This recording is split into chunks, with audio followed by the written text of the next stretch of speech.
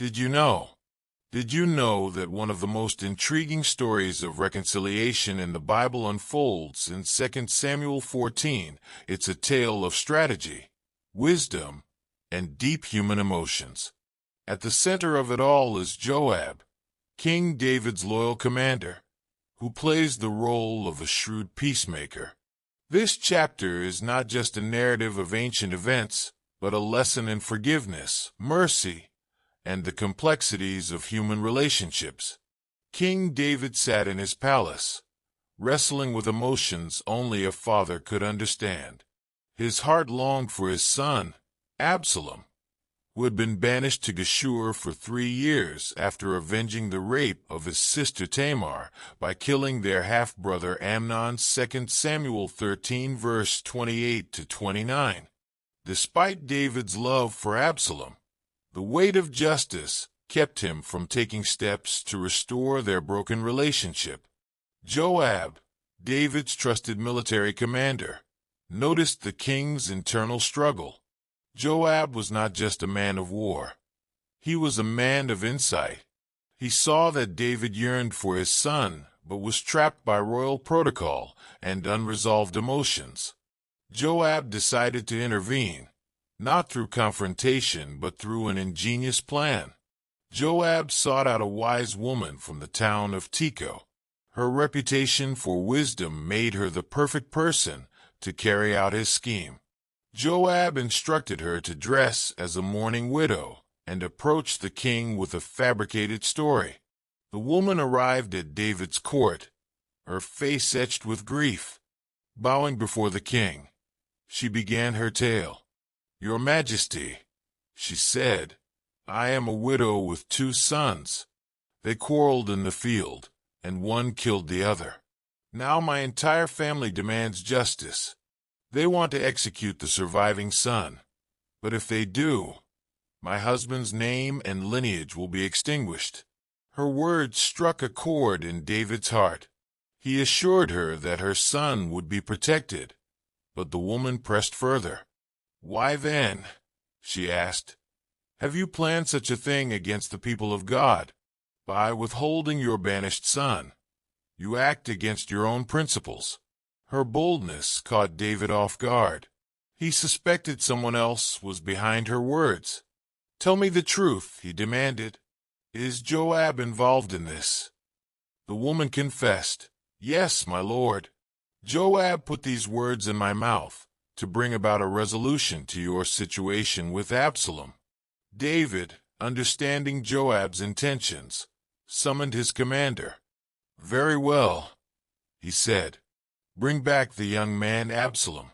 Joab acted swiftly, traveling to Geshur to bring Absalom back to Jerusalem. However, David imposed a condition. "He must go to his own house and not see my face." 2 Samuel 14 verse 24. Though Absalom was back in Jerusalem, the estrangement between father and son remained unresolved. Let's take a look into Absalom's handsomeness and appearance. The Bible paints a vivid picture of Absalom, highlighting his physical features in detail.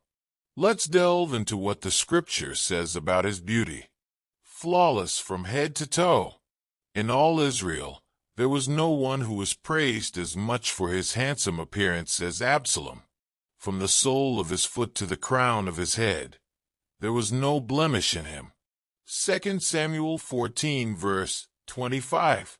This statement suggests that Absalom's beauty was extraordinary and unparalleled. His body was flawless, without any visible defect or imperfection.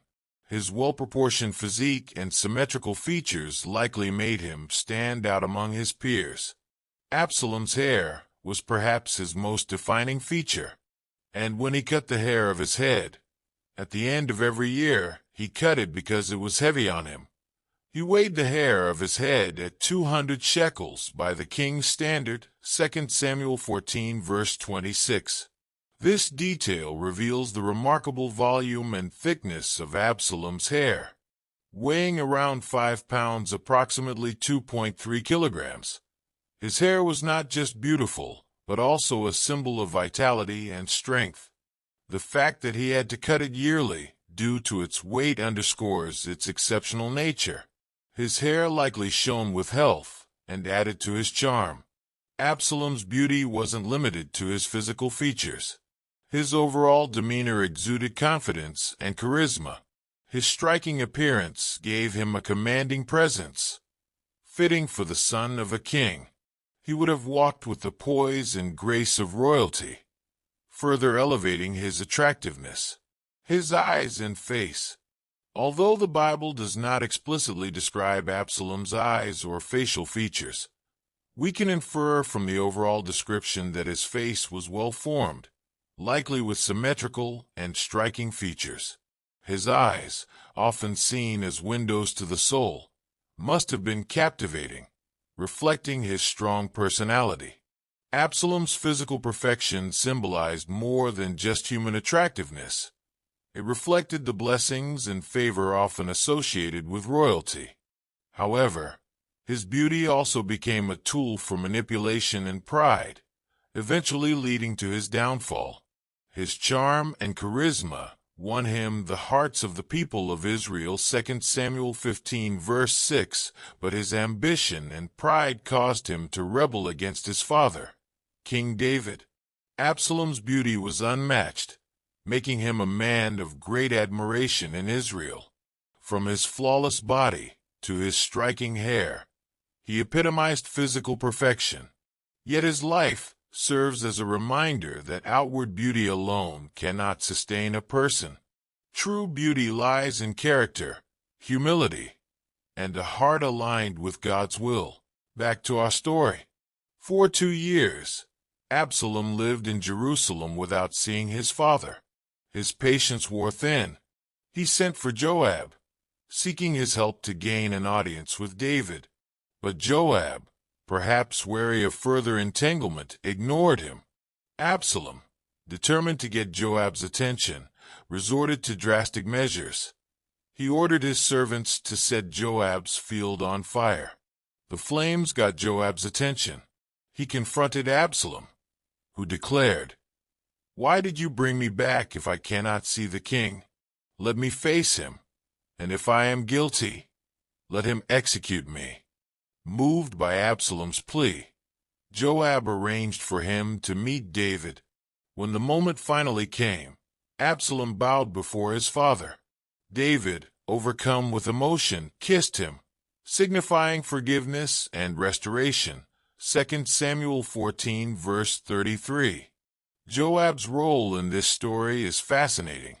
He was not just a soldier, but a skilled mediator who understood the delicate balance between justice and mercy.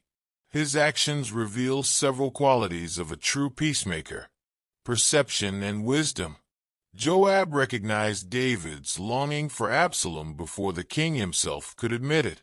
His ability to read the situation mirrors Proverbs 20 verse 5. The purposes of a person's heart are deep waters, but one who has insight draws them out.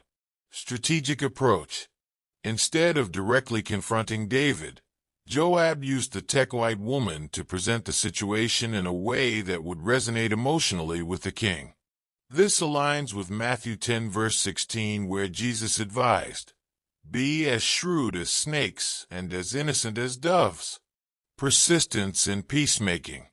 Even after being ignored by Absalom, Joab didn't abandon his mission. His eventual efforts led to a reunion between father and son. As Romans 12 verse 18 says, "If it is possible, as far as it depends on you, live at peace with everyone." Moral lessons from this story. 1. The pain of estrangement. David's longing for Absalom illustrates the deep pain of broken relationships. This echoes the heart of God, who desires reconciliation with his children. 2 Corinthians 5 verse 18 to 19. 2. The complexity of forgiveness. While David forgave Absalom outwardly, their reconciliation lacked depth, leading to future conflict. True forgiveness requires not just an act, but a change of heart. Matthew 6 verse 14 to 15.